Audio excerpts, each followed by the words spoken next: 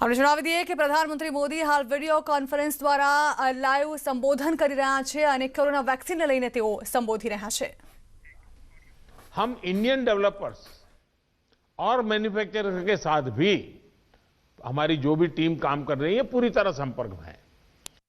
अलावा global regulators, अन्य देशों की गवर्नमेंट्स, मल्टीलेटरल इंस्टीट्यूशंस और साथ ही इंटरनेशनल कंपनीज, सभी के साथ जितना संपर्क बढ़े, मैंने रियल टाइम कम्युनिकेशन हो, इसके लिए पूरा प्रयास, एक व्यवस्था बनी हुई है। साथियों, कोरोना के खिलाफ अपनी लड़ाई में हमने शुरुआत से ही एक एक देशवासी का जीवन बचाने को प्राथमिकता दी है। अब वैक्सीन आने के बाद भी हमारी प्राथमिकता यही होगी कि सभी तक कोरोना की वैक्सीन पहुंचे, उसमें तो कोई विवाद हो ही नहीं सकता है। लेकिन कोरोना की वैक्सीन से जुड़े भारत का अभियान अपने हर नागरिक के लिए एक प्रकार से नेशनल कमिटमेंट की तरह है। इतना बड़ा टीकाकरण अभियान स्मूथ हो, सिस्टमेटिक हो और सस्टेन हो, ये लंबा चलने वाला है। हम सभी को, हर सरकार को, हर संगठन को एकजुट होकर के कोऑर्डिनेशन के साथ एक टीम के रूप में काम करना ही पड़ेगा। साथियों, वैक्सीन को लेकर भारत के पास जैसा अनुभव है वो दुनिया के बड़े बड़े देशों को भी नहीं है। हमारे लिए जितनी जरूरी है स्पीड है, उतनी ही जरूरी है सेफ्टी भी है। भारत जो भी वैक्सीन अपने नागरिकों को देगा वो हर वैज्ञानिक कसौटी पर खरी होगी। जहां तक वैक्सीन के डिस्ट्रीब्यूशन की बात है तो उसकी तैयारी भी आप सभी राज्यों के साथ मिलकर के की जा सके रही है। वैक्सीन प्राथमिकता के आधार पर किसे लगाई जाएगी, ये राज्यों के साथ मिलकर के एक मोटा मोटा खाका भी आपके सामने रखा है कि भाई अगर इस प्रकार से WHO ने जो कहा है हम चलते हैं तो अच्छा है, लेकिन फिर भी ये निर्णय तो हम सब मिलकर के ही करेंगे। के सुझाव का महत्व इसमें बहुत रहेगा क्योंकि आखिरकार उनको अंदाज है कि उनके राज्य में कैसे होगा।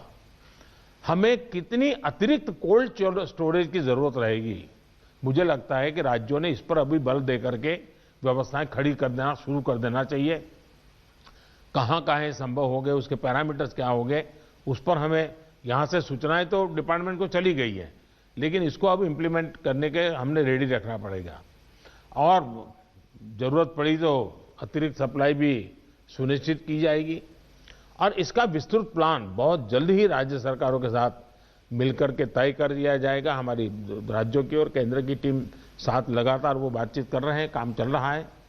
केंद्र सरकार ने राज्यों से कुछ समय पहले आग्रह किया था कि स्टेट लेवल पर एक स्टीयरिंग कमेटी एवं स्टेट और डिस्ट्रिक्ट लेवल पर टास्क फोर्स का, और मैं तो चाहूंगा कि ब्लॉक लेवल तक हम जितना जल्दी ये व्यवस्थाएं खड़ी करेंगे और किसी न किसी एक व्यक्ति को काम देना पड़ेगा।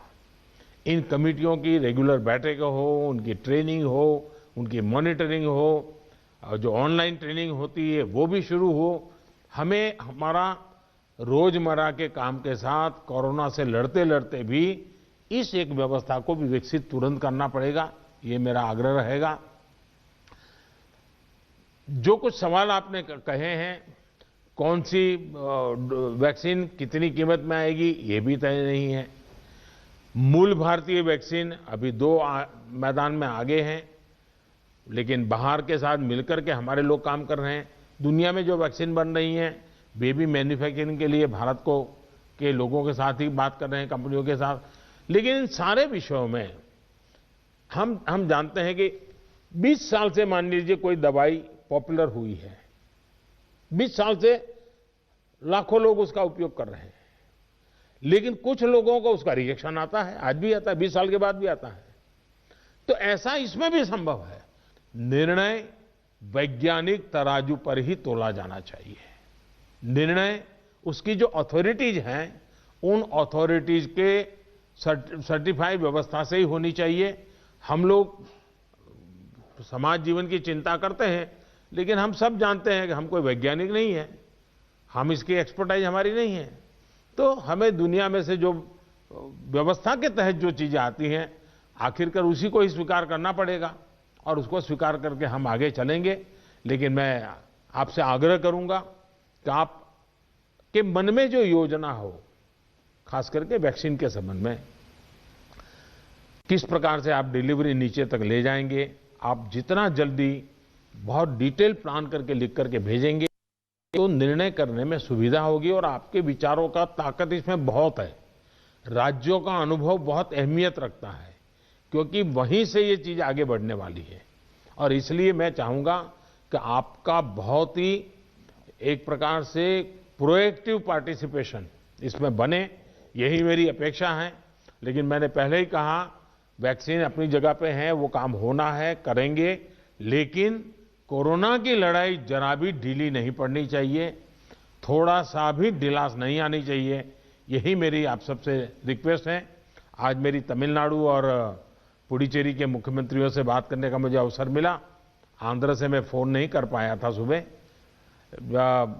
एक साइक्लोन हमारे पूर्वी तट पे एक्टिव हुआ है, वो कल शायद तमिलनाडु, पुडुचेरी और आंध्र का कुछ हिस्सा वहां पर आगे बढ़ रहा है।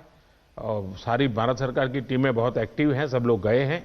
मैंने आज 2 आदरणीय मुख्यमंत्री जी से बात की थी, आंध्र के मुख्यमंत्री जी से अभी इसके बाद बात करूंगा। लेकिन सबके लिए पूरी तरह भारत सरकार और राज्य सरकारें मिल करके, और पहला काम खाली करवाना, लोगों को बचाना, इस पर हमारा जोर रहे। फिर एक बार मैं आप सबका बहुत आभारी हूं, आप सबने समय निकाला। लेकिन मैं आग्रह करूंगा कि आप जल्दी से मुझे कुछ न कुछ जानकारियां भेजिए। धन्यवाद। તો પ્રધાનમંત્રી મોદીએ આજે વિડીયો કોન્ફરન્સિંગ થકી 8 રાજ્યોના મુખ્યમંત્રી સાથે વાત કરી। એક તરફ કોરોનાને લઈને જે પરિસ્થિતિ પ્રવર્તી રહી છે તેમને લઈને તેઓએ કહ્યું છે કે લોકોમાં જાગૃતિ આવવી ખૂબ જ જરૂરી છે।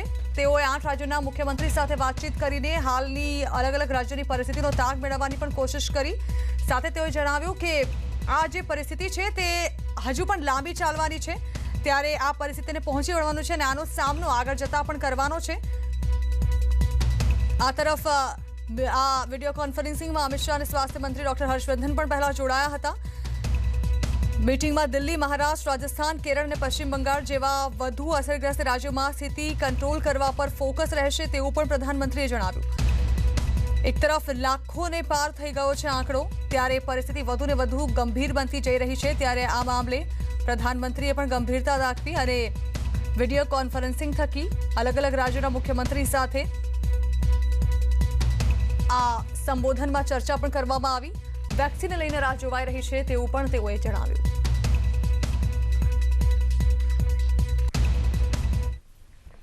તો પ્રધાનમંત્રી સાથે સંવાદ બાદ મુખ્યમંત્રી